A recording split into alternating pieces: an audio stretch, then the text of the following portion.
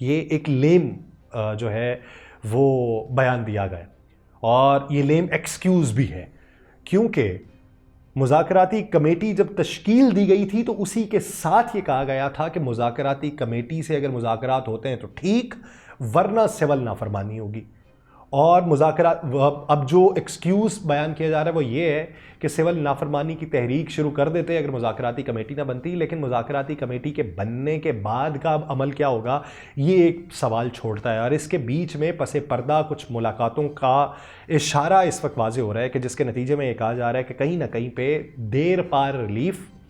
اور وقتی ریلیف اس کے اندر فرق کرنا ہے، اور پھر وقتاً فوقتاً ریلیف اس کے اوپر زیادہ غور کرنا ہے۔ اب یہ اسٹریٹجی ہے، اور وہ دیکھیے گا آنے والے دنوں کے اندر کچھ کیسز میں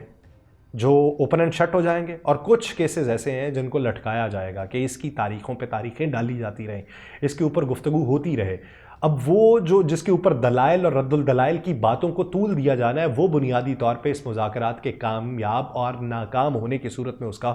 فیصلہ ہونے کی امید ہے۔ دوسری بات یہ کہ بانی جو ہیں پاکستان تحریک انصاف، پارٹی قیادت نے ان سے درخواست کی کہ پہلے مذاکرات کا موقع دیں۔ بدقسمتی سے حکومت کا رویہ انتہائی بچگانا ہے۔ حکومت شاید سمجھ رہی ہے کہ پی ٹی آئی کمزور پڑ گئی ہے، مذاکرات کی باتیں ہو رہی ہیں، چاہتے ہیں کہ ملک مزید مشکل میں نہ ہو، لیکن حکومتی رویے نے کسی حد تک مایوس تو کیا ہے، لیکن وہ پھر بھی چاہتے ہیں کہ مذاکرات ہونے چاہیے۔ اب کچھ لوگوں کا یہ خیال ہے، پاکستان تحریک انصاف کے ان داناؤں کا جو مخلص ہیں، ان کا یہ کہنا ہے کہ مذاکرات کی وجہ سے سول نافرمانی کی تحریک کی تاریخ فائنل نہیں ہوئی تھی۔ مذاکرات نہیں ہوتے تو شاید بانی پی ٹی آئی کی طرف سے لاہ عمل کا اعلان ہو جائے، اور لاہ عمل سے ملک کو نقصان ہوگا تو ذمہ داری حکومت پر عائد ہوگی، اور حکومت کے پاس وقت بہت کم ہے، سنجیدہ مذاکرات کی بات کر لے۔ اب ان دنوں میں کہ جب یہ بات ہوئی کہ پاکستان تحریک انصاف کی مجبوری نہیں، حکومت کی مجبوری ہو سکتی ہے مذاکرات کرنا، حکومت نے بھی تیور دکھائے وہاں پہ، حکومت نے بھی کہا ہم بیک فٹ پہ کیوں جائیں، ہم کیوں نیچے لگیں، اور ہم کیوں گھٹنے ٹیکیں۔ تو حکومت کی طرف سے یہ جو باتیں ہیں یہ صرف دکھاوے کے زمرے کے اندر ہے۔ حکومت کو یہ معلوم ہے کہ مذاکرات نہ ہونے کی صورت میں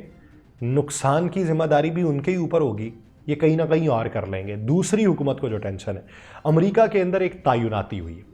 اور اس تعیناتی کو لے کے حکومت میں تشویش پائی جاتی ہے، کیونکہ جس شخص کی تعیناتی ہوئی اور جو اپ کمنگ پریزیڈنٹ کے مشیر جو ہیں باقاعدہ طور پہ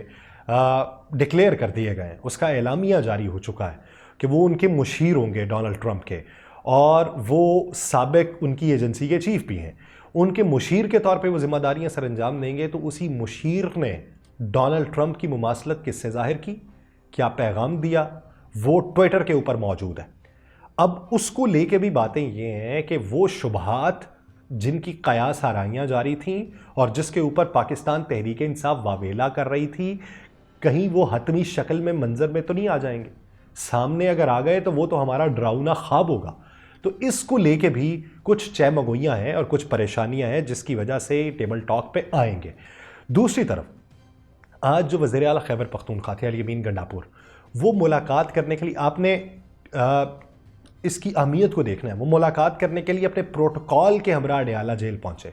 لیکن انہیں خان صاحب سے ملاقات کی اجازت نہیں ملی۔ ان کو اڈیالہ جیل کے باہر روکا گیا، وہ گیٹ نمبر 5 کے باہر پروٹوکول کے ہمراہ موجود رہے، اور پھر بعد میں جیل عملے نے ان کو آگاہ کیا کہ ابھی ملاقات سے متعلق کوئی اطلاع نہیں ہے، جس کے بعد وہ جو ہے پروٹوکول کے ہمراہ اڈیالہ جیل سے گورکھپور کی طرف روانہ ہو گئے۔ اب سوال یہ پیدا ہوتا ہے کہ وہی الیمین گنڈاپور جو ملاقات کا دن نہ ہونے پر بھی ملاقات کے لیے چلے جاتے تھے، وہی الیمین گنڈاپور جو ملاقات کا وقت ختم ہونے کے بعد بھی ملاقات کے لیے چلے جاتے تھے، وہی الیمین گنڈاپور جو پاکستان تحریک انصاف کے بانی کی طرف سے دی گئی کال کو حکومت کی جانب سے مسترد اور پابندی لگانے کے باوجود بھی ملاقات کے لیے چلے جاتے تھے، آج وہ ملاقات کے لیے گئے لیکن ملاقات نہیں ہونے دی گئی۔ اب اس کی گھڑی ملائیں، آج سے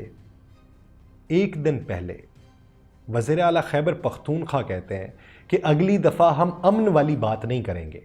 عمران خان کو خدا کا واسطہ ہے کہ امن کا راگ چھوڑ دیں، جب ہم اسلحہ لے کر نکلیں گے تو دکھائیں گے کہ بھاگتا کون ہے۔ یہ انہوں نے ایبٹ آباد کے اندر بات کی، اور انہوں نے کہا کہ اگلی دفعہ ہم پرامن رہنے والی بات نہیں کریں گے، ہم نکلیں گے اور امن کے نعرے کے بغیر نکلیں گے، دکھائیں گے کس میں کتنا دم ہے، کس میں کتنی جواں مردی۔ یہ ایک دن پہلے کی گفتگو ہے. اس گفتگو کو مد نظر رکھتے ہوئے آج کی ملاقات سے منع کیا جانا جو ہے وہ ایک بنیادی وجہ سامنے آتی ہے. اب اس کو لے کے ریٹیلیشن کی پالیسی اور مفاہمت کی پالیسی دو الگ الگ سوچیں اس وقت پروان چڑھ رہی ہیں. علی امین گنڈاپور صاحب بھی ٹوٹل ریٹیلیشن کی پالیسی پہ نہیں جانے والے. وہ بولتے بہت زیادہ ہیں لیکن ریٹیلیشن کی پالیسی پہ وہ قطعی طور پہ نہیں جائیں گے. لیکن آج ملاقات نہ کروا کے باقاعدہ طور پہ ایک تاثر دیا گیا کہ صاحب یوں نہیں, جو چیزیں چل رہی ہیں ان کو آپ سبوتاج نہیں کر سکتے, یا جو چلنی ہے ان کا آپ راستہ نہیں موڑ سکتے. تو اس وجہ سے آج ملاقات نہیں ان کی ہو سکی. دوسری طرف حکومت جو ہے